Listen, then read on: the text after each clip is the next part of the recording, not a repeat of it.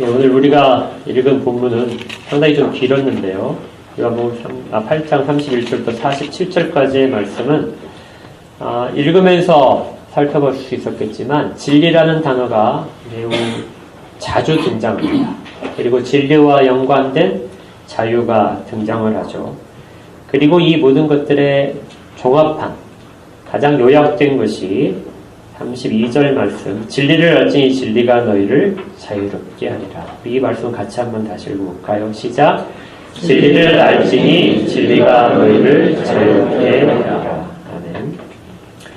이 구절은 교회에서만 중요하게 생각하는 구절이 아니고요. 세상에서도 매우 중요하게 생각합니다.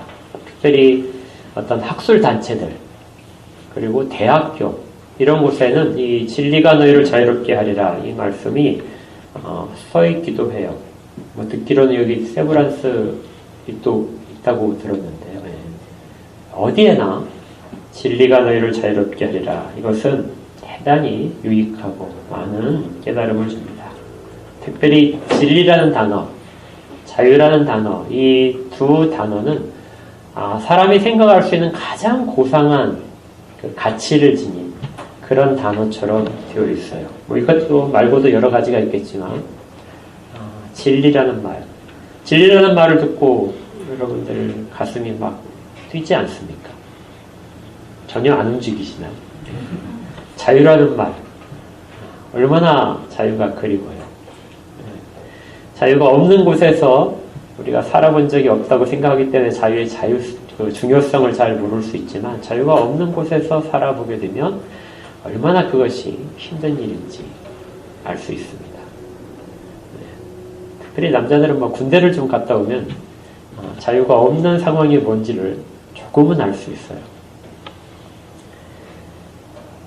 오늘 우리가 이 말씀을 살펴보면서 세상에서 이 말을 사용을 할 때 그때 담겨져 있는 의미와 교회에서 이 말씀을 우리가 살펴볼 때 그 의미가 조금 다른 부분이 있는 것을 초점에 맞춰서 전하려고 합니다. 과연 같은 단어를 사용하고 있지만 의미가 같은지, 그리고 우리는 이 가운데서 정말 어떤 것을 받아들여야 되고 우리가 잡고 있어야 되는지 그 부분에 초점을 맞춰줄 텐데요. 먼저 세상과 교회에서 사용하는 이 구절에 있어서의 공통점을 먼저 말씀을 드리고 시작하겠습니다. 공통점이 뭐냐면요, 첫 번째는 이 구절을 잘 보시면 진리와 자유가 떨어져 있지 않다는 거예요. 진리와 자유는 항상 필연적인 관계를 갖습니다. 그리고 진리가 원인이 되고, 그리고 자유가 결과가 됩니다. 그러니까 쉽게 말씀을 드리면 진리가 없으면 자유가 없다는 것이죠. 진정한 자유는 진리를 아는 사람만이 누릴 수 있습니다. 그래서 진리를 아는 것이 대단히 중요한 내용을 갖고 있는 것이죠. 또 하나 공통점이 있다면은 이 진리를 깨닫는 것에 있어서 그것이 어떤 통로를 통하여 깨닫게 되느냐 했을 때 그것은 이성을 통해서 깨닫게 된다는 것입니다. 우리가 흔히 지성이라고 말을 할 수도 있고 이성이라고 말을 하는 그 이성을 통하여 진리는 우리 가운데 깨달아지게 되죠. 우리의 모든 것들이 다 동원될 수도 있지만 특별히 진리가 수용되는 통로는 이성입니다. 그래서 세상에서 진리가 너희를 자유롭게 한다 이렇게 말했을 때 가장 핵심을 두는 부분은 진리를 받아들이고 깨닫는 이성에 초점이 맞춰져 있어요. 이성이 개발되면, 이성이 깨어나게 되면 진리를 알 수 있다는 것이죠. 기독교에서도, 교회에서도 이 이성의 중요성을 항상 이야기합니다. 진리는 이성을 통해서 들어오고 그리고 깨닫는 대상이 됩니다.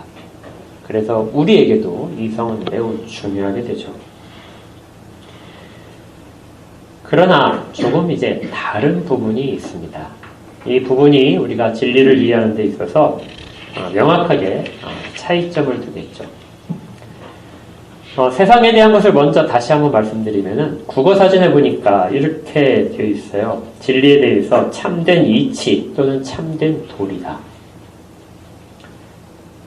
누구나 동의할 수 있고 모순을 찾을 수 없는 법칙 그리고 사실 이것을 진리라고 한다. 그러니까 아침에 누구나 태양이 동쪽에서 떠오르는 것을 알 수 있죠. 그래서 태양이 동쪽에서 떠오른다. 이것은 진리입니다. 1 더하기 1은 2죠. 이걸 부인하는 사람은 없습니다. 누구나 동의를 하는 거죠. 이것도 역시 진리에 속한다는 것이죠. 자연의 변화나 자연 법칙, 그 속에 자연을 우리가 보는 현상들 속에 숨어있는 질서들 그리고 그것을 말로 표현하는 것이 질서가 됩니다. 그래서 세상을 올바로 인식할 수 있는 통로가 진리가 됩니다. 자유도 이 국어사전에 보니까 이렇게 되어 있어요. 외부적인 구속이나 무엇에 얽매이지 아니하고 자기 마음대로 할 수 있는 상태다. 그러니까 얽매이는 것은 자유가 아니죠. 얽매이지 않고 특히 외부에 있어서의 그런 억압들에 얽매이지 않고 자기가 자기의 의지를 발휘해서 순전한 자기 마음대로 할 수 있는 상태를 자유라고 말을 합니다. 이렇게 두 가지 진리와 자유란 정의를 해놓고 보니까 진리가 너희를 자유롭게 하리라 이 말을 세상 사람들이 어떻게 이해하는지가 이제 알 수 있게 돼요. 세상 가운데는 사람이 알 수 있는 무언가가 있다. 여러 사실들이 있는데 그 사실들 가운데 어떤 규칙성이 있다. 그리고 법칙이 있다는 것이고요. 그 법칙을 이성이 수용을 하게 되고 이성이 그걸 발견하게 되고 그렇게 하게 되면 이전에 잘못된 개념들 그러한 것들로부터 벗어나고 그리고 그런 잘못된 가르침을 하는 세력으로부터도 벗어나고 그래서 온전히 자기가 자기의 모든 것들을 주장할 수 있는 상태가 되는 것. 이것이 세상에서 말하는 진리가 너희를 자유롭게 하리라. 여기에 의미입니다. 그래서 교육이 중요하고 세상 사람들을 깨우치는 계몽이 중요하게 됩니다. 이제 기독교에 대한 기독교에서 진리와 자유를 의미하는 것을 살펴볼 텐데요. 앞에서 말씀드린 그 세상 국어사전에 있는 것과 아주 다르지는 않습니다. 그러나 좀 근본적인 부분에 있어서 이 차이점이 있어요. 기독교에서의 진리에 대한 내용은 하나님을 언제나 근본으로 삼습니다. 하나님은 언제나 옳으십니다. 모든 옳은 것에, 모든 판단에, 모든 질서의 기준은 하나님께 있죠. 그래서 하나님이 진리이십니다. 하나님이 절대적인 진리이시며 또한 이것을 하나님이 행사하시는 것이 하나님의 주권입니다. 그래서 하나님은 진리로서 세상을 다스리고 계시는 것이죠. 이걸 조금 더 이제 자세하게 좀 구분을 하면요. 기독교에서 말하는 진리는 감추어져 있는 것이 아니라 드러나 있는 것입니다. 세상 사람들에게 있어서의 진리는 세상의 법칙 가운데, 세상의 사물들 가운데 관계 속에 숨어 있어요. 그래서 그것을 어떤 정말 현명한 사람이, 정말 천재적인 사람이 그 규칙을 발견을 하는 거죠. 그래서 사람들에게 가르쳐 줄 때, 그때 진리가 나타나게 됩니다. 그렇다고 모든 사람들이 그것을 이해할 수 있는 건 아니에요. 그래서 특별한 사람들만이 그 감추어진 진리를 교육받고 전달받으면서 진리를 깨닫게 되죠. 근데 주님께서 이 사용하신 이 진리라는 그 알레세이아라는 이 단어는 감춰있지 않고 가리워져 있지 않다. 이 단어입니다. 그러니까 진리는 일부 사람들이 알 수 있는 것이 아니라 모든 사람들이 알 수 있는 것이 진리라는 거예요. 어떤 특별히 교육받은 사람들만, 머리가 비상한 사람들만 깨닫는 것이 진리가 아니고 진리는 모든 사람들에게 다 나타나 있다 하는 것이죠. 껍질을 열심히 까서 안에는 내용물을 취하는 것, 그것이 진리를 찾는 것이 아니라 드러나 있는 것을 보면 되는 겁니다. 진리는 신비로운 것이 아니고요. 진리는 우리 모두에게도 다 드러나 있습니다. 그러면서 또한 진리는 사람들 가운데 있지 않고 사물들의 관계 속에 있지 않고 객관적으로 존재합니다. 그러니까 지구와 달 사이에서 그 사이에 뭔가 있을 것이다가 아니고요. 이런 관계를 다 떠나서 사람과 사이의 관계를 떠나서 독자적으로 존재하는 것이 진리죠. 그래서 객관적입니다. 그것이 바로 아까 말씀드렸던 하나님이시죠. 그리고 또 하나님이 진리이시기 때문에 하나님의 말씀도 진리입니다. 이 말씀이라는 것이 진리가 나타나는 방식이에요. 세상 가운데 언제나 진리가 드러나는데 진리가 드러나는 방식으로 하나님이 사용을 하실 때 가장 중요한 도구가 말씀이죠. 그래서 말씀도 진리입니다. 동일한 방식으로 예수 그리스도께서 하나님이시니까 예수 그리스도 진리시고 우리 주님의 말씀도 진리입니다. 그리고 성령님도 진리시죠. 그래서 요한복음에서는 이 진리에 대한 내용이 아주 많이 등장을 하고 있어요. 요한 사도께서 이 진리라는 말을 굉장히 좋아한 것 같습니다. 그리고 또 이 요한복음의 주요 독자, 당시에 요한복음을 주로 읽었던 사람들이 헬라파 그리스도이기 때문에 그 그리스인들이 갖고 있는 생각 중에 가장 고상한 가치가 진리였거든요. 그래서 진리에 대한 강조를 조금 더 많이 한 것 같아요. 제가 찾아보니까 다른 복음서에는 마태, 마가, 누가에서는 진리라는 말이 딱 한 분밖에 안 나와요. 놀랍게도 진리라는 말이 한 분밖에 안 나옵니다. 그러니까 구약적인 유대인 방식에서의 진리라는 것은 그렇게 아주 이렇게 잘 사용하는, 가치를 두는 것은 아니었어요. 그러나 요한복음에서만큼 24번이나 이 단어가 사용됩니다. 몇 군데를 읽어드리거든요. 그들을 지금 하나님께 들은 진리를 너에게 말한 사람인 나를 죽이려 한도다. 하나님께서 진리를 말씀하셨고 그것을 내가 듣고 이야기를 해준다는 것이죠. 그들을 진리로 거룩하게 하옵소서. 아버지의 말씀은 진리입니다. 아버지의 말씀이 진리고 진리가 사람들을 거룩하게 만든다는 겁니다. 예수께서 이르시되 내가 곧 길이요 진리요 생명이니 주님이 스스로를 진리라고 말씀하셨어요. 그리고 성령님께 대해서는 그는 진리의 영이라. 진리를 가르치시는 분으로서 진리의 영이라고 합니다. 내가 아버지께로부터 너에게 보낼 보혜사 곧 아버지께로부터 나오시는 진리의 성령이 오실 때 그가 나를 증언하실 것이요. 그러나 진리의 성령이 오시면 그가 너희를 모든 진리 가운데로 인도하시리라. 이렇게 하나님이 진리이고 또 예수 그리스도께서 진리이시고 성령님도 진리이시고 그리고 하나님의 말씀도 진리이고 그리고 예수 그리스도의 말씀도 진리입니다. 그리고 그 말씀들이 기록된 성경도 진리인 것이죠. 이 진리는 여러분 앞에 모두 다 놓여져 있습니다. 그러니까 누구나 볼 수 있는 거죠. 예수님이 이 땅 가운데 오셨을 때, 이 땅 가운데서 예수님이 다니실 때 사람들은 진리를 보고 있었어요. 그리고 예수님이 하시는 모든 말씀 가운데서 진리를 들을 수 있었습니다. 감추어져 있지 않고 언제나 드러나 있는 것이 진리였던 것이죠. 오늘 본문에서는 이 진리에 대해서 6번이나 사용을 하고 있습니다. 또 이 진리에 대해서 기독교가 가지는 중요한 그 강조점이 뭐냐면요. 진리는 역동적이에요. 기독교에서 사용하는 그 어떤 추상적인 명사들은 대부분이 다 그 정적인 것이 아니고 동적인 단어들입니다. 사랑도 그렇죠. 사랑은 어떤 정적인 것이 아니고 사랑을 하라는 동사로 표현되는 그렇게 됩니다. 진리는 어떤 동사를 항상 동반을 해야 되냐면 진리는 아는 것을 동반을 해요.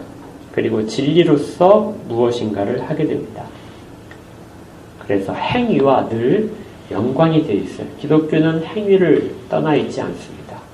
반드시 하나님의 어떤 것은 세상 가운데 나타내야 되죠. 하나님이 진리시라면 진리가 세상 가운데 나타나는 그 역동성 가운데 사람들은 진리를 깨닫게 되는 것이고요. 진리를 행할 때, 사람들이 진리를 행할 때 진리가 또다시 드러나게 되는 것입니다. 그리고 우리 개인에게 있어서 우리가 만약에 진리를 깨달았다.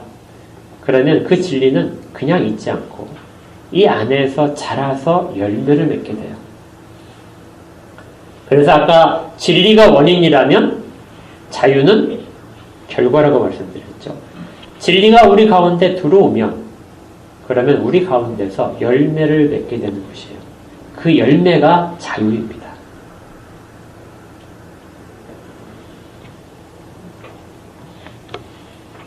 위에 있는 내용들을 정리를 해보면요. 진리는 하나님이 진리이시고 하나님이 그 진리를 나타내신 모든 것들도 진리이며 이것은 사람의 이성을 통해서 수용이 됩니다. 그리고 사람 가운데 이 진리를 가지게 되면 반드시 역동적으로 무엇인가가 일어나게 되죠. 진리가 하나님의 말씀이기 때문에 역동적으로 일어나는 것은 말씀에 대한 순종이 됩니다. 이걸 잘 이제 우리가 알 수 있는 것이 마태복음 13장에 있는 네 밭의 비유입니다. 우리가 보통 씨 뿌리는 비유라고도 하지만 정확하게는 씨가 뿌려진 네 밭의 비유가 되겠죠. 마태복음 한번 찾아볼까요? 마태복음 13장. 요한복음 책갈피를 놓으시고요.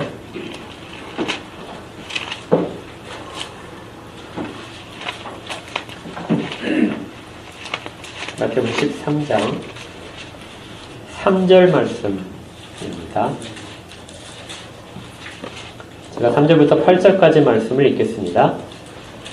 예수께서 비유로 여러 가지를 그들에게 말씀하여 이르시되 씨를 뿌리는 자가 뿌리러 나가서 뿌릴새 더러는 길가에 떨어지매 새들이 와서 먹어버렸고 더러는 흙이 얕은 돌밭에 떨어지매 흙이 깊지 아니하므로 곧 싹이 나오나 해가 돋은 후에 타서 뿌리가 없으므로 말랐고 더러는 가시떨 위에 떨어지매 가시가 자라서 기운을 막았고 더러는 좋은 땅에 떨어지매 어떤 것은 100배 어떤 것은 60배 어떤 것은 30배의 결실을 하였느니라. 이 비유에서 이 씨는 말씀이죠. 이 천국 말씀에 대한 것이 씨입니다. 그리고 이 씨가 뿌려진다는 것은 모든 곳에 사실은 뿌려져요. 이것이 진리는 모든 곳에서 사람들이 볼 수 있도록 들을 수 있도록 뿌려진다는 의미입니다. 말씀이 곧 진리이기 때문에 그래요. 그래서 씨를 뿌리는 비유는 모든 사람들이 진리를 다 받을 수 있도록 진리는 항상 사람들 가운데 나타나 있다는 것이죠. 그런데 이제 이 진리는 사람들이 가지고 싶다고 해서 가질 수 있는 것이 아닙니다. 사람들이 배우고 싶다고 해서 배울 수 있는 것이 아닙니다. 여기에 이제 세상의 진리에 대한 내용과 기독교에서의 교회에서 말하는 진리의 내용에 큰 차이점이 있어요. 기독교 안에서 우리가 이것을 인정을 해야 되는 것이 진리를 누구나 다 알 수 있는 것이 아니라는 겁니다. 이 비유에서도 나타났었죠. 진리가 모든 곳에 떨어지지만 진리가 땅 속에 그대로 묻힐 수 있는 것. 땅이 그 진리를 포함할 수 있는 땅은 정해져 있어요. 어떤 땅들에는 그 진리는 한치도 그 안으로 들어갈 수가 없습니다. 그래서 곧 사라져버리겠죠. 어떤 땅은 얕아서 조금 들어가긴 해요. 그렇지만 곧 말라버려서 아무 열매도 맺을 수가 없습니다. 어떤 사람들에게만 진리가 수용된다는 것이죠. 여기에 대해서 기독교 안에서도 약간의 이제 좀 대답하는 내용이 좀 다릅니다. 왜 어떤 사람에게는 이것이 깊은 데까지 들어가서 싹을 틔울 수 있을 것이고 어떤 사람은 들어가지 않는가? 기독교 안에서 세상에서의 그 진리에 대한 수용과 동일한 관점을 그대로 가진 사람들이 있어요. 아까 말씀드렸죠? 진리가 수용되기 위해서는 이성이 작동을 해야 된다고요.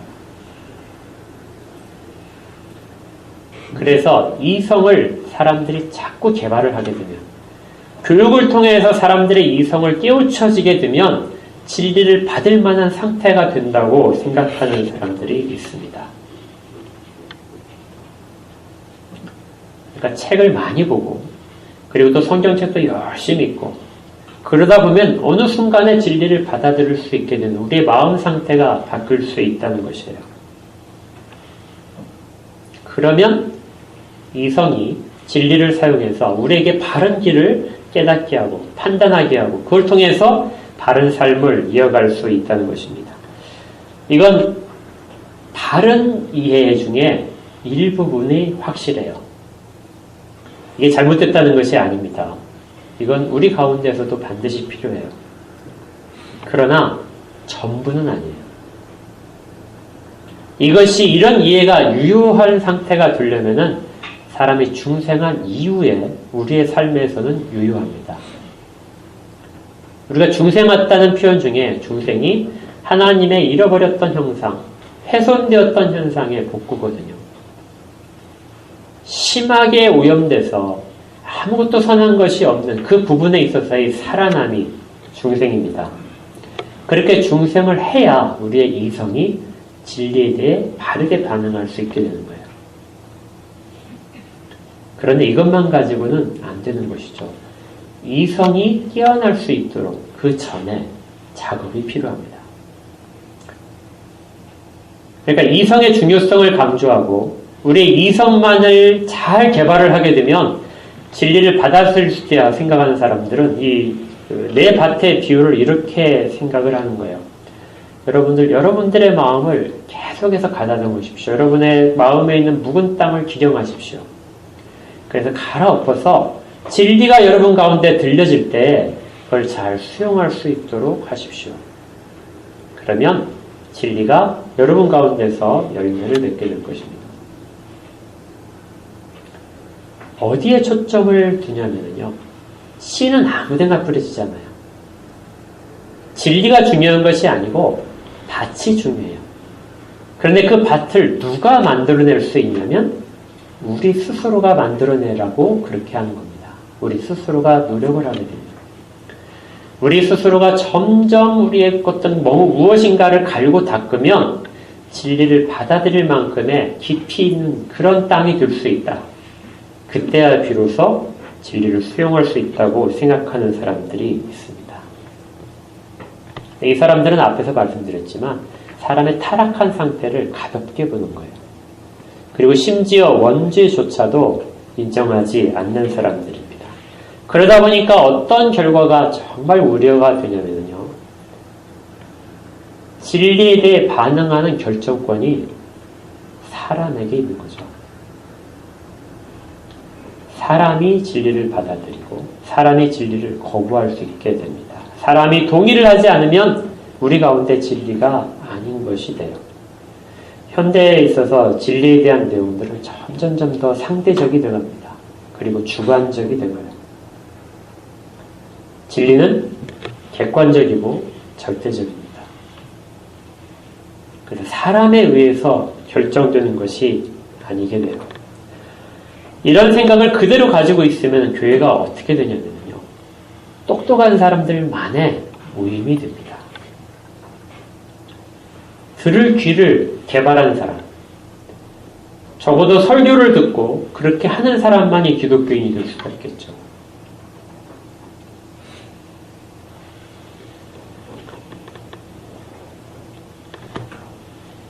하나님께 부지런한 사람만이 성도가 되는 것은 아닙니다. 우리를 아무리 노력한다 할지라도 우리는 우리의 모든 것들을 선하게 좋은 땅으로 만들 수가 없어요. 이건 정말 위험한 생각입니다. 당시에 유대인들도 이런 생각을 가졌고요.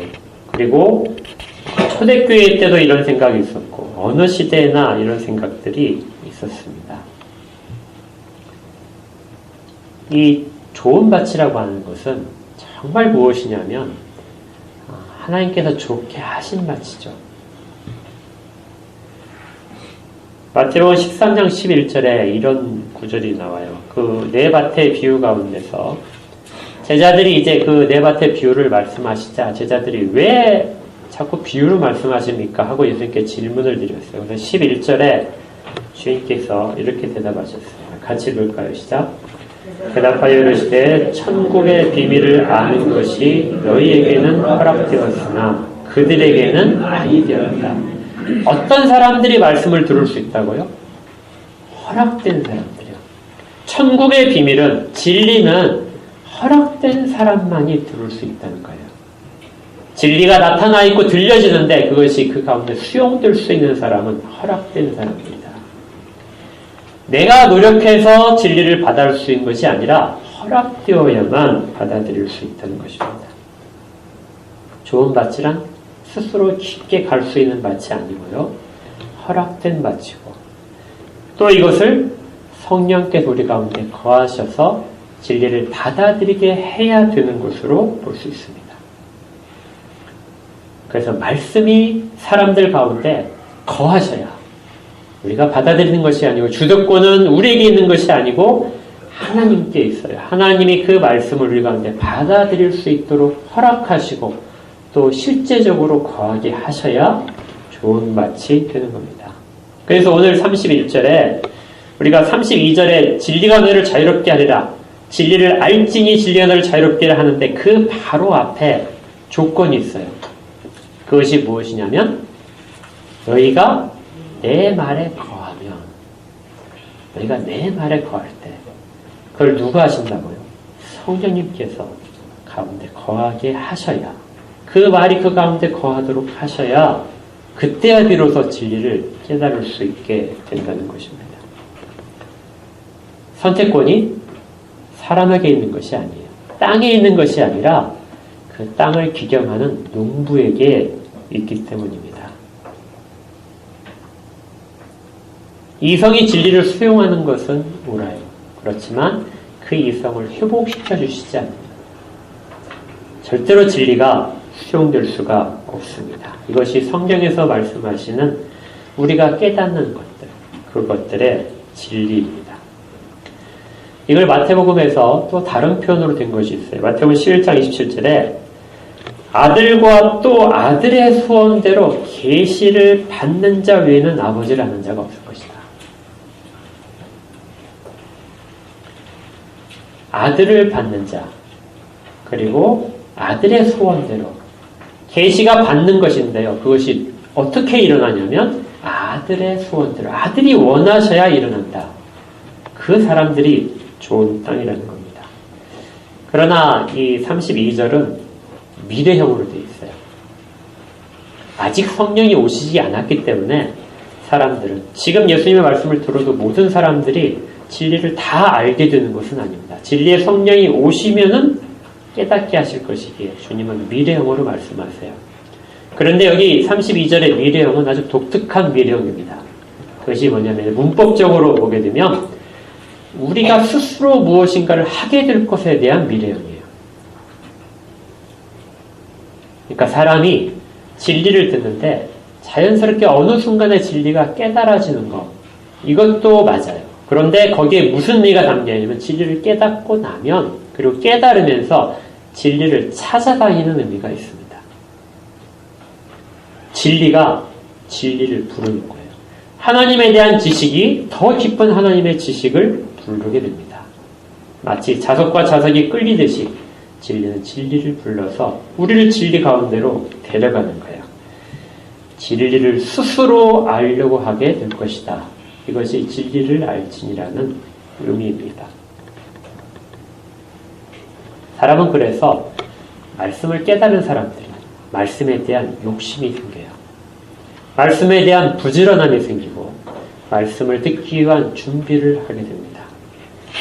그리고 그걸 통해서 말씀이 주는 유익을, 진리가 주는 유익을 더 많이 누리게 되죠. 이 진리가 주는 유익, 진리가 맺는 열매가 바로 자유입니다.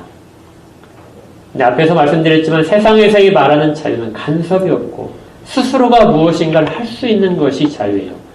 그래서 사람들은 어떤 정치적인 자유, 또 어떤 자기의 소유의 자유, 모든 것들, 표현의 자유 이런 것들을 하면서 성적인 정체성의 자유까지도 내가 결정할 수 있다고 하는 자유 가운데 포함시킵니다. 그리고 신앙의 자유도 이야기하죠. 내가 무엇을 믿든지 간에 믿으면 되는 거 아니냐. 어차피 중요한 것이 믿음이라면 대상이 뭐가 중요하냐? 내가 믿는 것이 중요하지.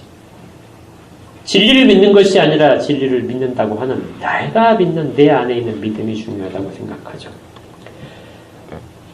그래서 진리에 대한 내용도 세상과 교회가 말하는 진리와 자유가 다릅니다. 교회에서 말하는 자유는 스스로 모든 것들로부터 간섭이 사라진 것이 아니고요. 자유는 더 깊은 의미를 갖게 됩니다. 우리가 자유를 말할 때는 이전에 우리가 어떤 상태로부터 벗어납니까? 그 벗어난 이전의 상태에 대한 깨달음이 반드시 있어야 돼요.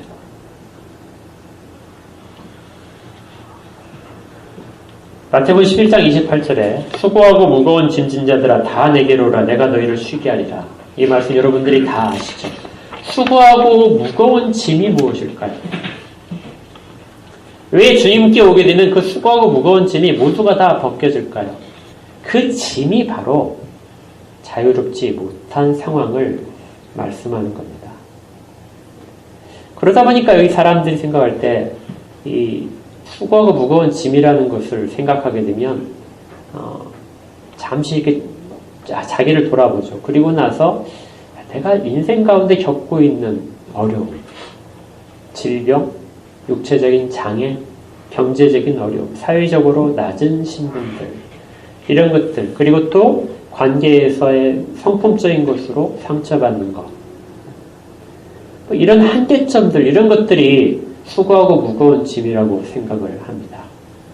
그래서 주님 앞에서 이것을 내려놓고 이것이 벗겨지기를 간절히 소원을 하죠. 물론 이것이 그 의미를 담고 있습니다. 그러나 이런 것들은 우리가 누구나가 다 알 수 있는 짐이에요.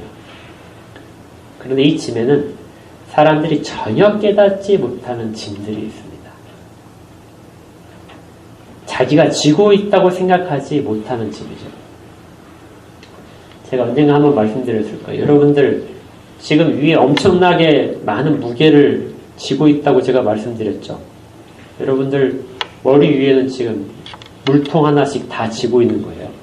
그 물통이 높이가 얼마냐면 10m예요. 10m의 물통을 여러분이 지고 있는 겁니다. 근데 한 번도 지고 있다는 생각을 안 해요. 왜냐하면 그것이 우리가 태어나고 자란 환경이기 때문에 알 수 없는 짐을 지고 있는 겁니다. 수고하고 무거운 짐 속에는 이 의미가 담겨 있어요. 사람이 태어나면서도 내가 짐을 지고 있지 않다고 생각하는 짐, 그리고 결코 그 인식을 하지 못하기 때문에 벗어던질 수 없는 짐들, 그것이 죄의 짐이고요. 우리의 부패한 본성에서 나오는 악한 짐들이고요. 그리고 사망, 주께서 죄를 심판하실 것에 대한 두려움에 의한 짐입니다. 이것은 모든 사람들이 지고 있지만 깨닫지 못해요. 특별히 죄의 종이 되어 있는 상태, 그 상태를 알지 못하는 것이죠. 그래서 예수님께서 자유롭게 한다는 말씀을 하시자 유대인들이 이렇게 대답합니다. 33절에 그들이 대답하되 우리가 아브라함의 자손이며 남의 종이 된 적이 없다. 그런데 어째 우리가 자유롭게 된다고 말하냐? 우리는 종이 아닌데 왜 우리를 종이라고 말하느냐? 이렇게 하는 거죠. 유대인들은 굉장히 자존심이 센 사람들입니다. 그들이 2000년 동안 그들의 나라가 없이도 살았던 사람이에요. 그러면서 나라를 회복하는 사람입니다. 그들을 그동안에 지탱했던 것이 무엇이냐면 우리는 아브라함의 자손이다. 약속의 자손이고 우리는 종이 된 적이 없다는 거예요. 근데 실질적으로 역사를 보게 되면 이스라엘 민족은 종이 된 것이 굉장히 길었습니다. 애굽에서도 종이 됐죠. 바벨론의 포로가 돼서도, 또 아수르에 끌려가서도 종이 됐었습니다. 그렇게 종살이를 많이 했지만 유대인들은 우리는 종이 된 적이 없다고 얘기해요. 정치적으로는 어떤 다른 백성의 통치를 받지만 우리는 아브라함의 자손으로서 언제나 하나님의 자녀로서 하나님의 백성으로서의 긍지를 잃지 않는 것이죠. 매우 좋은데, 그런데 실질적으로 주님 진리가 이 땅 가운데 오셨을 때, 너희가 종이 되었다는 것을 밝혀주셨을 때 그 그들은 자기가 갇혀있던 짐을 인정할 수가 없었던 것이죠. 우리는 종이 아니다. 그런데 주님은 너희들은 종이다. 이렇게 말씀하십니다.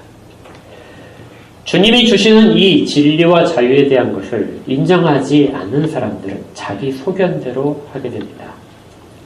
그래서 오늘 본문에서도 이 말씀들이 아주 많이 있어요. 그들이 행동 속에서 진리와 전혀 관계없이 행동하는 것이 있습니다. 44절에 너희는 너희 아비 마귀에서 났으니 너희 아비의 욕심대로 너희도 행하고자 한다. 진리가 역동성이라 진리가 세상 가운데서 사람들을 바른 길로 이끌어갈 텐데 이 진리를 거부하는 사람들은 자기가 좋은 대로 행동을 하고요. 그리고 진리를 거슬러서 행동을 하게 됩니다. 그 사람들 속에는 진리가 서 있을 수 있는 부분이 한치도 없어요. 주님이 진리를 말함으로 그들은 주님을 믿지 않고 주님을 죽이려고 하는 것이죠.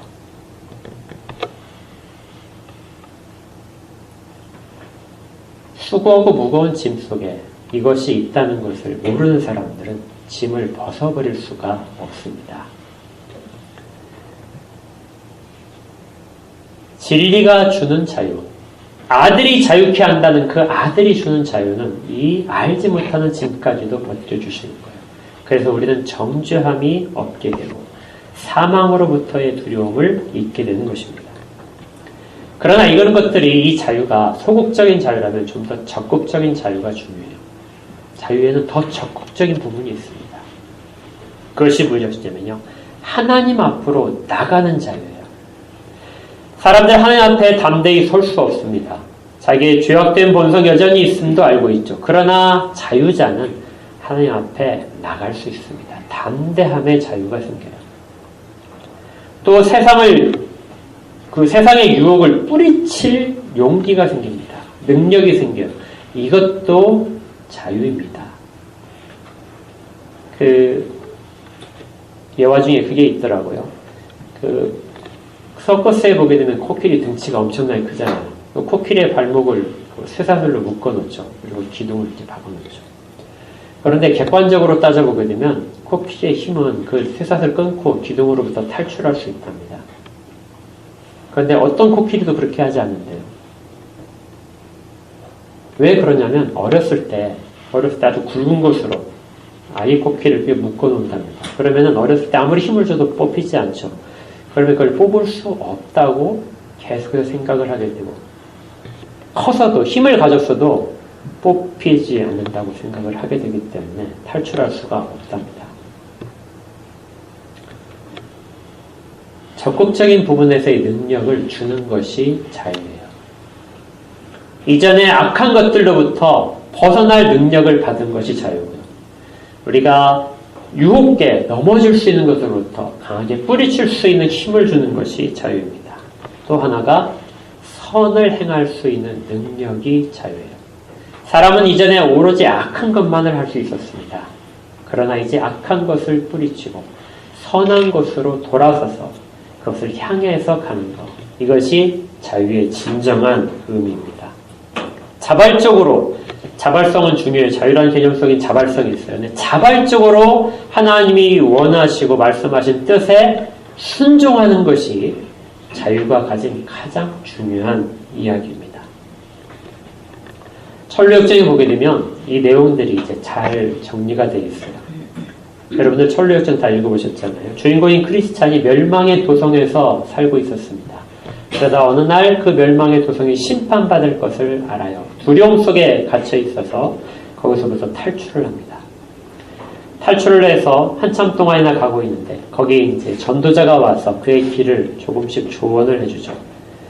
그러면서 전도자가 보여주는 것이 무엇이냐면 저기에 좁은 문이 있다. 이 모든 하나님의 진노로부터 벗어날 수 있는 길은 저 좁은 문으로 들어가는 것이다 하고 가르쳐줍니다. 그런데 이 사람은 그것이 보이지 않아요. 멸망의 도성에서부터 탈출했는데 그 좁은 문을 가야 되는데 좁은 문이 보이지 않습니다. 아직 영적으로 거기까지 깨어나지 못한 거예요. 진리에 대한 걸 가르쳐줘도, 진리의 일부는 알았지만 진리에 대한 모든 것들을 가르쳐주더라도 깨달을 수 있는 힘이 없는 것이죠. 그러자 전도자가 다시 다른 걸 보여줍니다. 그게 뭐냐면 저기에는 불빛입니다. 저 세상에 있는 빛, 저 빛을 따라가라. 그러면 가다 보게 되면 좁은 문이 보일 것이다. 그래서 그는 불빛을 따라가는 거죠. 그렇게 쭉 가다가 그가 이전까지는 자기가 짐을 지고 가고 있었어요. 근데 힘든다는 걸 몰랐습니다. 그런데 이제 고난의 언덕을 쭉 걸어가다 보니까 짐이 너무 무거운 거예요. 그래서 이 길을 포기해야 될까 막 이렇게 갈등을 하고 있습니다. 그때 그리스도의 십자가를 생각하게 돼요. 그리스도의 십자가를 생각하고 그것이 내게 무엇이 어떤 일들이 내게 이루어졌는가를 깨닫자 그의 짐이 그리스도의 십자가에서 내 모든 짐이 벗겨졌다. 선언되는 음성을 듣자 그가 지고 있던 모든 짐들이 벗겨집니다. 그리고 굴러 떨어져서 지옥불로 떨어지게 돼요. 그는 짐을 벗고 그 다음에 즐겁게 그 좁은 문을 향하여 걸어가기 시작합니다. 이것이 진리가 우리를 자유롭게 한 내용들이에요. 진리는 우리로부터 이전의 비참함으로부터 이전에 하나님의 진노 가운데 있었던 모든 것들부터 그리고 인생의 모든 문제들로부터 우리를 끄집어냅니다. 그리고 우리에게 방향성을 바로잡아줘요. 진리는 바른 길을 알려주고 그 길을 하나님께 순종하는 길을 걸어갈 수 있도록 우리의 모든 능력이 됩니다. 그래서 그 길을 걸어가면서 우리가 얻는 것이 자유함이죠. 정죄함으로부터의 자유, 하나님의 심판의 두려움으로부터의 자유함들을 얻게 됩니다.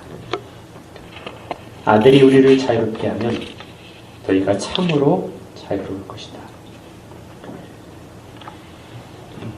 아까 우리가 계속해서 살펴봤지만 내 땅의 비유가 공간복음에는 다 있어요. 마태마가 누가복음에는 전부 다 기록되어 있습니다. 그런데 요한복음에만 없어요. 왜 없느냐? 주님이 직접적으로 말씀하시기 때문에 그래요. 비유로 말씀하시지 않고 사도 요한은 비유로서 그걸 들려주는 것이 아니라 주님이 직접 설명해 주셨던 그 내용들 그리고 바리새인들과의 논쟁 속에서 담아내셨던 모든 걸 가지고 하는 것이죠. 유대인들은 예수님을 죽이려 하는 사람들은 거친 땅입니다. 길가고요. 그리고 돌덩이 밭이고요. 그리고 가시덤불로 덮여있는 땅입니다. 거기에선 진리를 주셔도 사람들이 반응할 수가 없어요.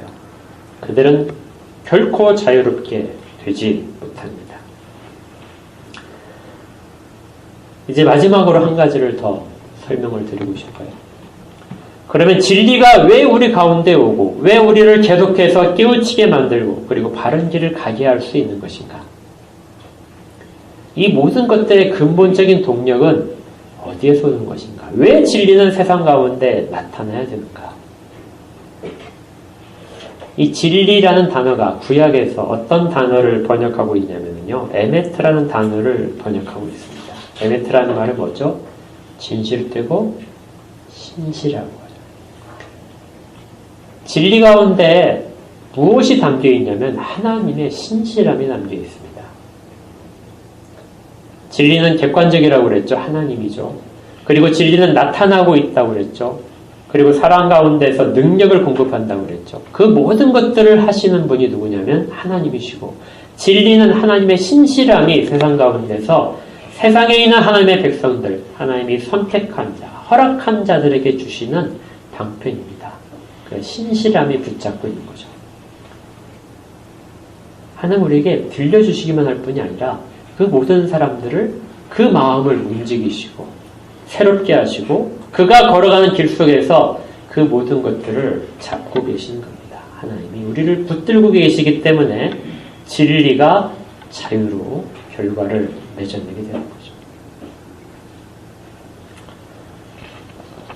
하나님의 신실함이 우리의 모든 것들을 이끌어 가십니다. 그리고 그것들을 우리는 은혜로서만 받게 됩니다. 이 열매 얘기를 하니까 가누고 좋고 탐스러운 열매만을 하나님이 원하신다고 생각하는 사람들이 있어요. 김태우 부모님 사과 농장 하시면 사람들한테 팔리는 것은 흠 있는 사과는 안 팔려요. 흠이 없고 때깔 좋고 이런 것들만 잘 팔립니다. 그래서 우리가 성경에서 열매에 대한 비유를 들을 때도 그렇게 많이 생각을 해요. 사람들 앞에 뭔가 내세울 만한 열매만 하나님이 기뻐하신 열매라고 생각하는 경향이 있어요. 그렇지 않습니다. 열매의 형태가 조금 찌그러지고 상처났다 할지라도 진리가 맺은 열매예요. 땅에 깊이 새겨진, 그리고 하나님이 그 땅을 기경하고 뿌리신 진리가 싹이 나고 하나님이 가꾸셔서 나타난 열매이기 때문에 모든 열매는 다 소중합니다.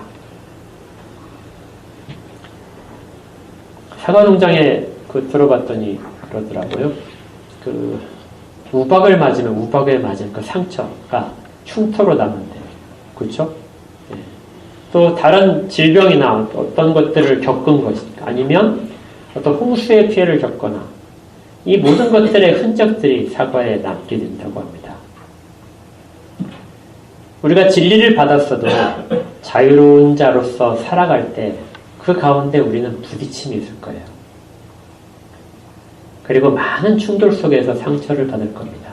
자유는 아무것도 없이 주어지지 않고요. 상처 가운데 유혹을 뿌리치고 새로운 길을 가리면서 많은 상처를 우리에게 줄 것입니다.